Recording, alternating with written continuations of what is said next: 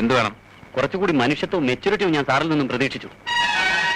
ഒന്നും ആലോചിക്കാതെ അങ്ങനെ ഒരു ഡൈവോഴ്സ് നോട്ടീസ് അയച്ചത് വളരെ ചീപ്പായി പോയി. പിന്നെ നീ പറഞ്ഞതൊക്കെ സത്യമാണെന്ന് വിശ്വസിച്ച് ഞാൻ അവളെ സ്വീകരിക്കുമെന്ന് വിചാരിച്ചോ?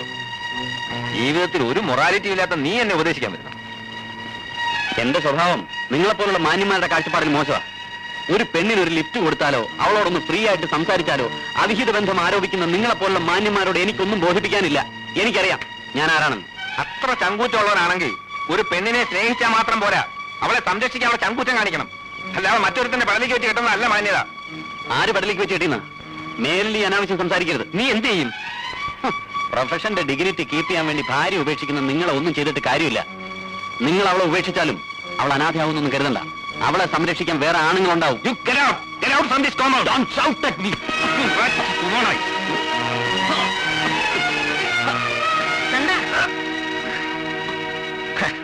നീ അകത്ത് പോ. ഇത്രയൊക്കെ കാണിച്ചു വെച്ചിട്ട് വീട്ടിൽ കയറി അവന്റെ ഹുങ്ക് കണ്ടില്ലേ? കേറി പോകാനാ പറഞ്ഞത്.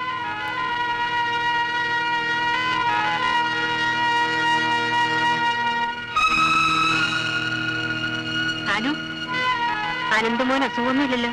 അവനൊന്നും അറിയില്ലല്ലോ, അതുകൊണ്ട് കളിക്കും ചിരിക്കും കുറവൊന്നുമില്ല.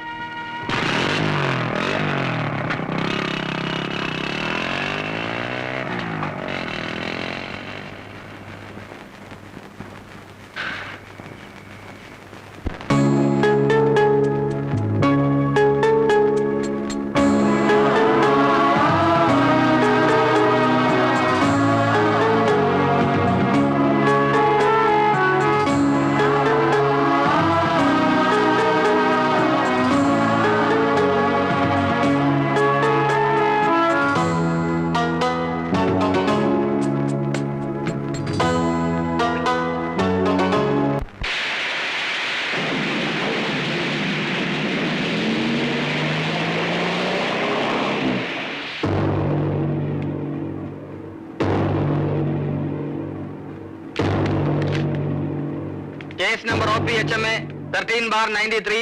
ഹർജിക്കാരൻ S. നന്ദകുമാർ, എതിർകക്ഷി ആതിര നായർ.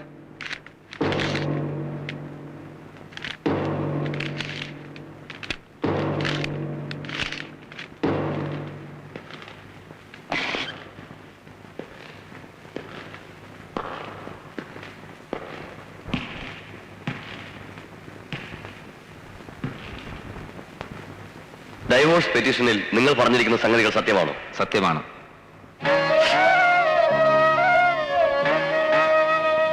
പരസ്പര വിശ്വാസമാണ് ദാമ്പത്യത്തിന്റെ അടിസ്ഥാനം.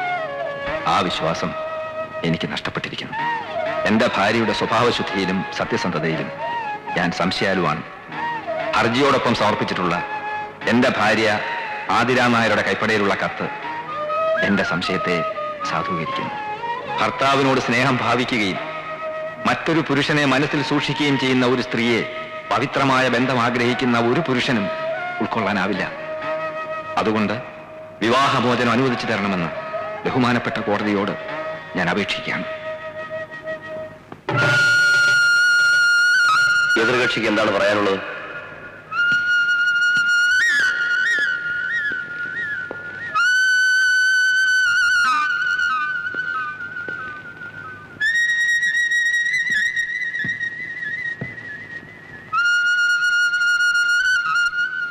ഹർജിക്കാരൻ പറഞ്ഞത് കേട്ടല്ലോ. നിങ്ങൾക്ക് വിവാഹമോചനം ആവശ്യമാണോ?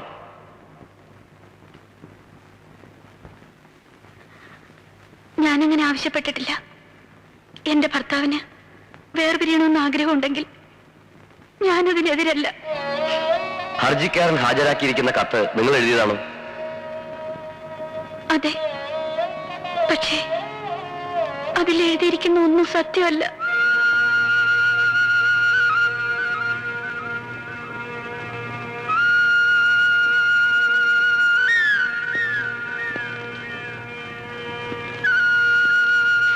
വിവാഹ ജീവിതം എന്ന് പറയുന്നത് പങ്കാളികളുടെ ഇഷ്ടാനുസരണം സ്വീകരിക്കാനും വേണ്ടെന്ന് വെക്കാനുമുള്ള നിസ്സാര സംഗതിയല്ല. പരസ്പരം സംസാരിച്ച് മാനസികമായ അകൽച്ച ഒഴിവാക്കാനുള്ള സാധ്യത മുന്നിലുള്ളതുകൊണ്ട് ഒരു വീണ്ടും വിചാരത്തിനായി ഈ കോടതി 6 മാസത്തെ സമയം അനുവദിക്കുന്നു.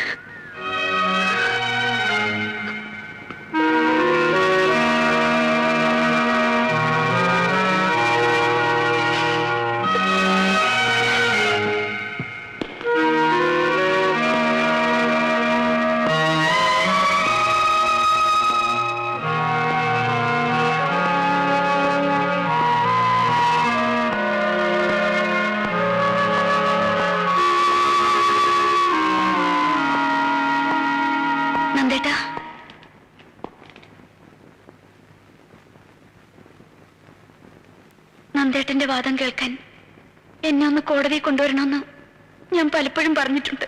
പക്ഷെ ഇങ്ങനെ വരേണ്ടി വരുമെന്ന് ഞാൻ ഓർത്തില്ല.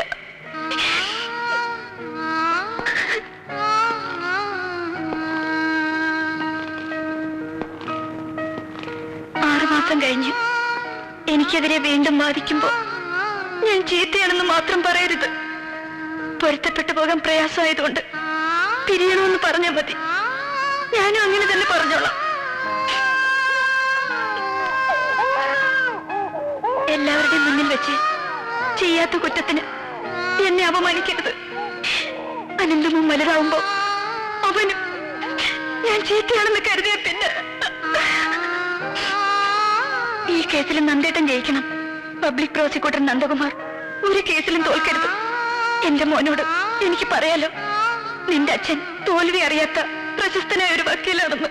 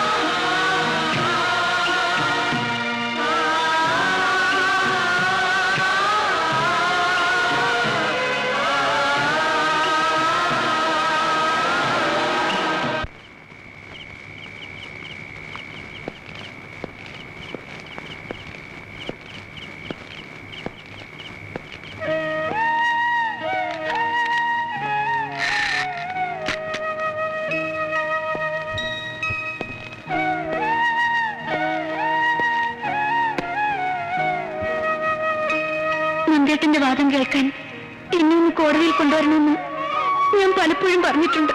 പക്ഷെ ഇങ്ങനെ വരേണ്ടി വരുമെന്ന് ഒരിക്കലും ഞാൻ കരുതിയില്ല. ഈ കേസിലും നന്ദേട്ടൻ ജയിക്കണം.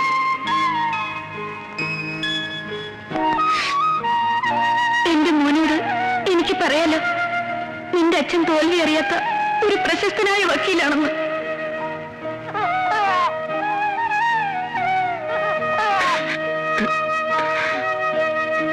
നന്ദേട്ടാ, നന്ദേട്ടാ,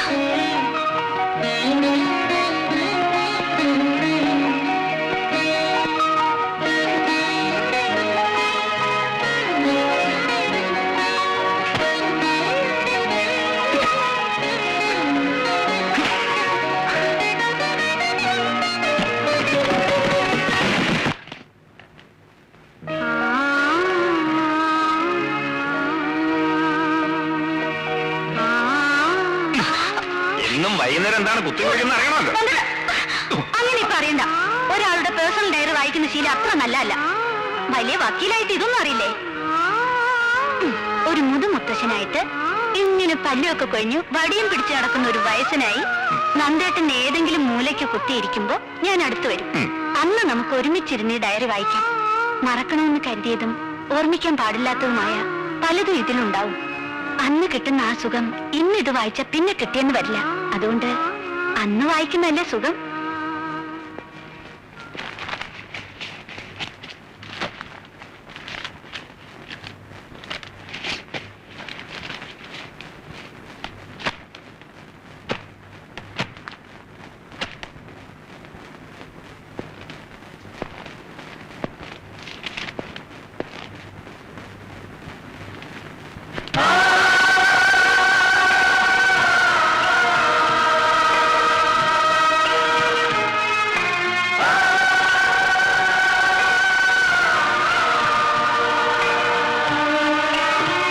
കുസൃത്തരങ്ങളൊക്കെ എഴുതി പിടിപ്പിച്ചിട്ടുണ്ടാവും.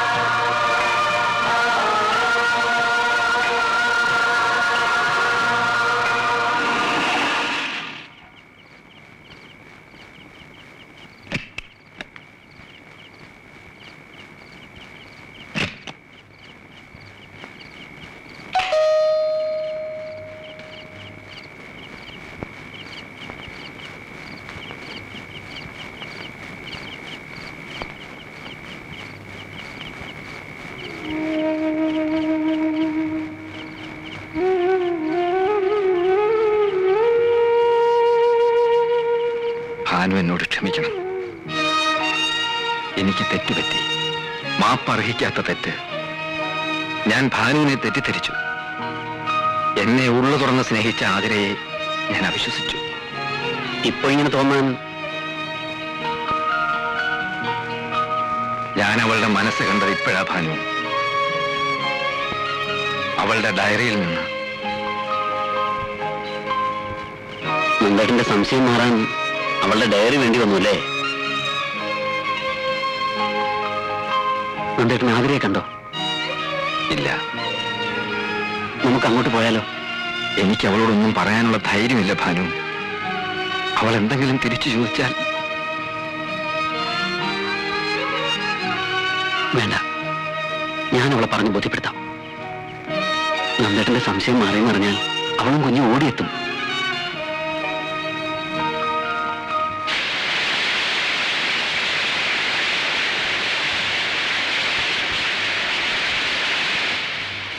ഒന്നും പറയാതിരുന്നാൽ എങ്ങനാ? ഞാൻ എന്തു പറയാനാ? മകളാണെങ്കിലും നിർബന്ധിക്കുന്നതിന് അതിരില്ലേ? അച്ഛനാണെങ്കിൽ ഉപദേശിക്കാവുന്നതിന്റെ പരമാവധി ഉപദേശിച്ചു. ഭാനു ദേഷ്യപ്പെട്ടിട്ട് ഇറങ്ങിപ്പോയത്. എന്തൊക്കെ പറഞ്ഞിട്ട് അവളുടെ തലയിലിട്ടൊന്ന് കയറണ്ടേ? മകള് ഭർത്താവിനെ ഉപേക്ഷിച്ച് കുഞ്ഞുമായി വീട്ടിൽ വന്ന് നിൽക്കുന്നത് അച്ഛനും അമ്മയ്ക്കും വലിയ സന്തോഷമായിരിക്കും അവളുടെ ധാരണ. ഞാൻ അവളോടൊന്ന് സംസാരിച്ചു നോക്കട്ടെ. നന്ദേട്ടനെ ഒരു നിമിഷം പോലും പിരിഞ്ഞിരിക്കാൻ പറ്റില്ലെന്ന് കരുതിയോളാ ഞാൻ. ഇപ്പൊ പിരിഞ്ഞിരിക്കാൻ ഞാൻ ശീലിച്ചു. നീ പോന്നതോടെ അവന്റെ സ്വസ്ഥത ആകെ തകർന്നു മോളെ. കോടതി നേരെ ചൊവ്വേ പോകുന്നില്ല. ആ പെണ്ണ് കൊല്ലപ്പെട്ട കേസിൽ നാളെ ഹാജരാകാതിരുന്നാൽ പബ്ലിക് പ്രോസിക്യൂട്ടർ സ്ഥാനത്തു നിന്നും അവനെ മാറ്റും. അങ്ങനെ എന്തെങ്കിലും സംഭവിച്ചാൽ അവനെ തൊഴിൽ വേണ്ടെന്ന് വെക്കത്തേ ഉള്ളൂ. അറിയാമല്ലോ അവന്റെ സ്വഭാവം. നിന്നെ ഒഴിവാക്കിയാലേ മനസമാധാനം കിട്ടൂ എന്നായിരുന്നു കഴിഞ്ഞ ദിവസം വരെ അവന്റെ വിചാരം. ഇപ്പോ നീ വന്നാലേ മനസമാധാനം കിട്ടൂ എന്നായി. എന്നെ തെറ്റിദ്ധരിച്ചതിൽ എനിക്കൊരു പ്രയാസമില്ല. പക്ഷെ അനന്തമോൻ, അവനെന്ത് പഴച്ചു? അവനെ ഒന്ന് കാണാൻ നന്ദേട്ടൻ വന്നു. അവനെ പറ്റി ഒന്ന് അന്വേഷിച്ചു. എത്ര പെട്ടെന്ന് അവൻ നന്ദേട്ടൻ ആരും അല്ലാതായി തീർന്നത്. അവൻ ചെയ്തത് തെറ്റ് തന്നെയാ. എന്റെ മോന് മനസമാധാനം കിട്ടാൻ വേണ്ടി മാത്രമല്ല മോള് വരണമെന്ന് പറയുന്നത്. കൊള്ളരുതാത്തവനാണെങ്കിലും ഒരു ഭർത്താവ് ഉള്ളതാണ് സ്ത്രീക്ക് ധൈര്യം. ഇനി മോള് സ്വസ്ഥമായിട്ടൊന്ന് ആലോചിക്കുക. ഇതിൽ കൂടുതലൊന്നും അമ്മയ്ക്ക് പറയാനില്ല.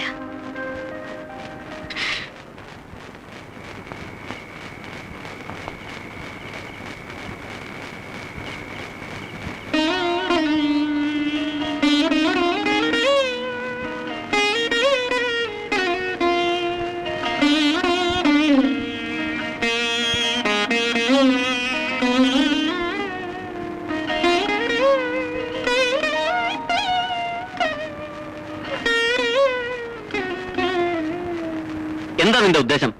എനിക്കതാ മനസ്സിലാകാത്തത്. നിന്റെ ഭർത്താവിന്റെ അമ്മയാ വന്ന് വിളിച്ചത്. എന്നിട്ടും പോകാൻ കൂട്ടാക്കാത്തത് എന്ത് വാശിയുടെ പേരിലായാലും അഹങ്കാരമാണ് നീ കാണിച്ചത്. ഒരു പെണ്ണിന് ഇത്ര പിടിവാശി പാടില്ല. എന്നെ മനസ്സിലാക്കാൻ ഇവിടെ ആരുമില്ല, അതെനിക്കറിയാം. എല്ലാം വരുത്തി വെച്ചത് നീ തന്നെയല്ലേ? എന്നിട്ട് മനസ്സിന്റെ പ്രത്യേകം പറഞ്ഞുകൊണ്ടിരുന്ന രക്ഷിക്കാൻ ആര് വരുമെന്ന് നിന്റെ വിചാരം? നിനക്ക് മാത്രമുള്ളോ മനസ്സ്? നീ എന്താ നന്ദേട്ടന്റെ അവസ്ഥ മനസ്സിലാക്കാത്തത്? നന്ദേട്ടൻ കുഞ്ഞിനെ നോക്കിയില്ല എന്നല്ലേ നിന്റെ പരാതി? കുഞ്ഞിനെ കൊഞ്ചിക്കാവുന്ന ഒരു മാനസികാവസ്ഥയിലായിരുന്നു നന്ദേട്ടൻ. ആ കാരണം പറഞ്ഞാണ് നീ പോകാതിരിക്കുന്നതെങ്കിൽ അനന്തമോ വലുതാവുമ്പോ അവനെ അച്ഛനിൽ നിന്ന് അകറ്റിയത് അമ്മയുടെ പിടിവാശിയല്ലെന്ന് അവൻ ചോദിച്ചാൽ നീ മോനോട് എന്ത് മറുപടി പറയും? വാശിയും പരിഭവം കാണിക്കാൻ കൊച്ചു കുട്ടിയൊന്നുമല്ല, നീ ഇന്നൊരു അമ്മയാണ്. നീ കാരണം സ്വസ്ഥത നഷ്ടപ്പെട്ട നന്ദേട്ടൻ ഇതുവരെ കോടതിയിൽ പോയിട്ടില്ല. നാളെയും കൂടെ കോടതിയിൽ ഹാജരാവാതിരുന്നാൽ ഒരു പബ്ലിക് പ്രോസിക്യൂട്ടർ എന്ന നിലയിൽ അദ്ദേഹത്തിന് തുടരാനാവുമെന്ന് നീ കരുതുന്നുണ്ടോ? അങ്ങനെ സംഭവിച്ചാൽ കളങ്കമില്ലാതെ ഭാര്യയെ സ്നേഹിച്ച ഒരു മനുഷ്യനെ പൂർണ്ണമായി നശിപ്പിച്ചതിന് സമാധാനം പറയാനുള്ള ഉത്തരവാദിത്തത്തിൽ നിന്നും എന്തെങ്കിലും അതിനെ കൊഴിഞ്ഞു മാറാനൊക്കൂ. ഇനി ഈ കാര്യം പറഞ്ഞുകൊണ്ട് ഭാനുവേട്ടൻ നിന്നെ കാണാൻ വരില്ല. പോട്ടെ.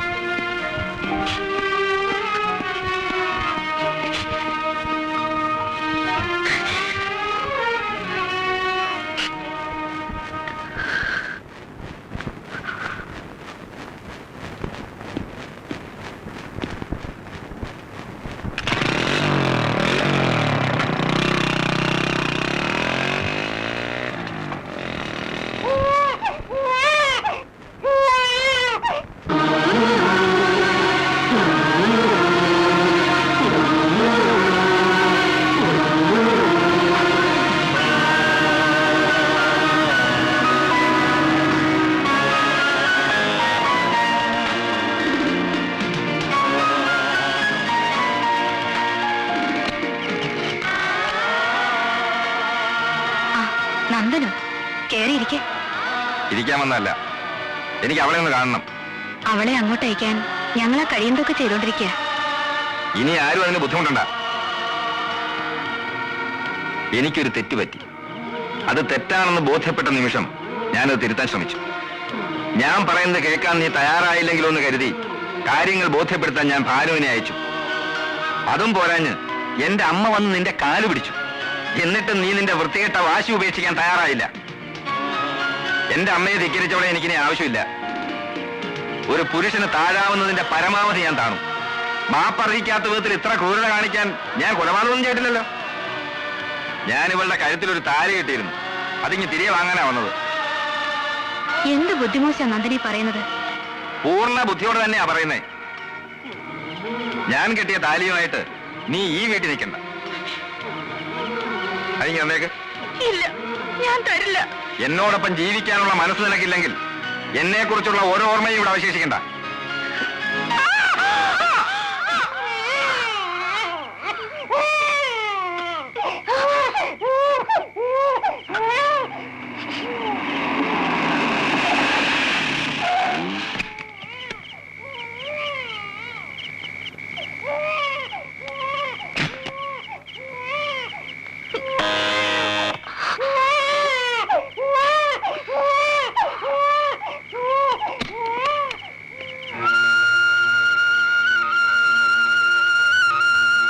എന്താ നന്ദ ഈ രാത്രിയില്? ആതിരെ ഒന്ന് കാണണമെന്ന് തോന്നി.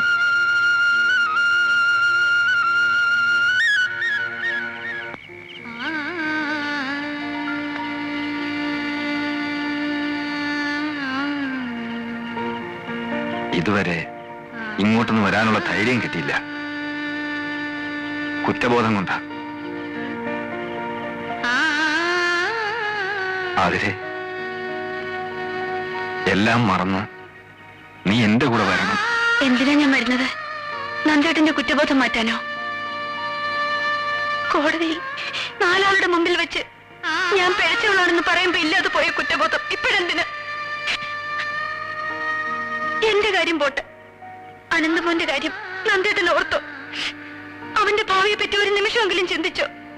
നാട്ടുകാരുടെ മുന്നിൽ എന്റെ മോൻ ഇനി എന്ത് സ്ഥാനമാണുള്ളത്? വീണ്ടും വിചാരമില്ലാതെ ചിന്താശക്തി പോലും മരവിച്ചു പോയൊരവസ്ഥയിലായിരുന്നു ഞാൻ. നിന്നെ ഞാൻ ഒത്തിരി സ്നേഹിച്ചു പോയി. അതുകൊണ്ടാ ഒത്തിരി വെറുക്കേണ്ടി വന്നത്. അത്രയ്ക്ക് സ്നേഹം ഉണ്ടായിരുന്നെങ്കിൽ എനിക്ക് പറയാനുള്ളത് കേൾക്കാൻ നന്ദേട്ടൻ ഒരു അവസരം തന്നു. ആ കത്തിനെ പറ്റി നന്ദേട്ടൻ എന്നോടൊരു വാക്ക് ചോദിച്ചു.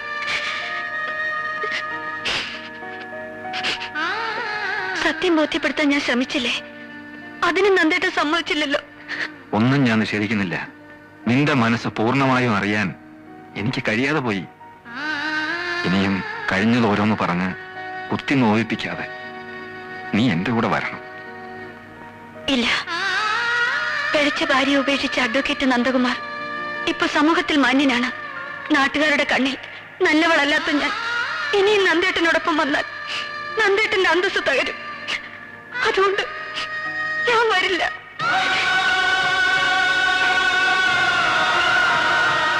കുറച്ചു നാളത്തേക്കായിരുന്നെങ്കിലും കുറെ നല്ല ഓർമ്മകൾ നന്ദേട്ടൻ എനിക്ക് തന്നല്ലോ. അത് മതി എനിക്കിനി ജീവിക്കാൻ.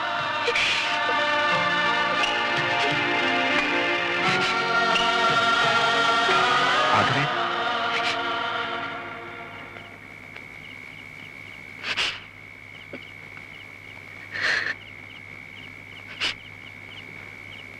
നിന്റെ മുന്നിൽ കുറ്റം ഏറ്റു പറഞ്ഞാലെങ്കിലും നീ എന്നോടൊപ്പം വരുമെന്നൊരു പ്രതീക്ഷ ബാക്കിയുണ്ടായിരുന്നു.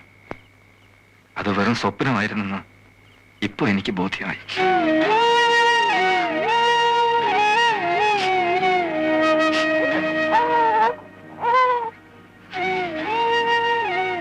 ഒരപേക്ഷയുണ്ട്.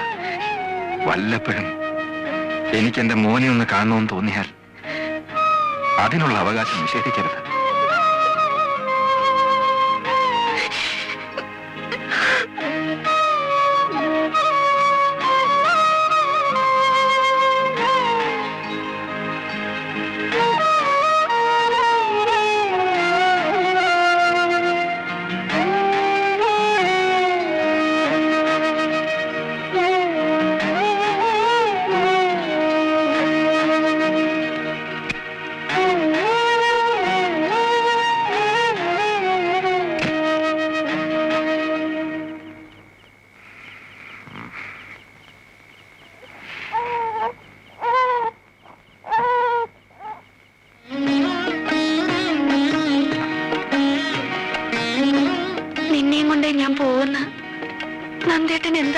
വാശി പിടിക്കാഞ്ഞത്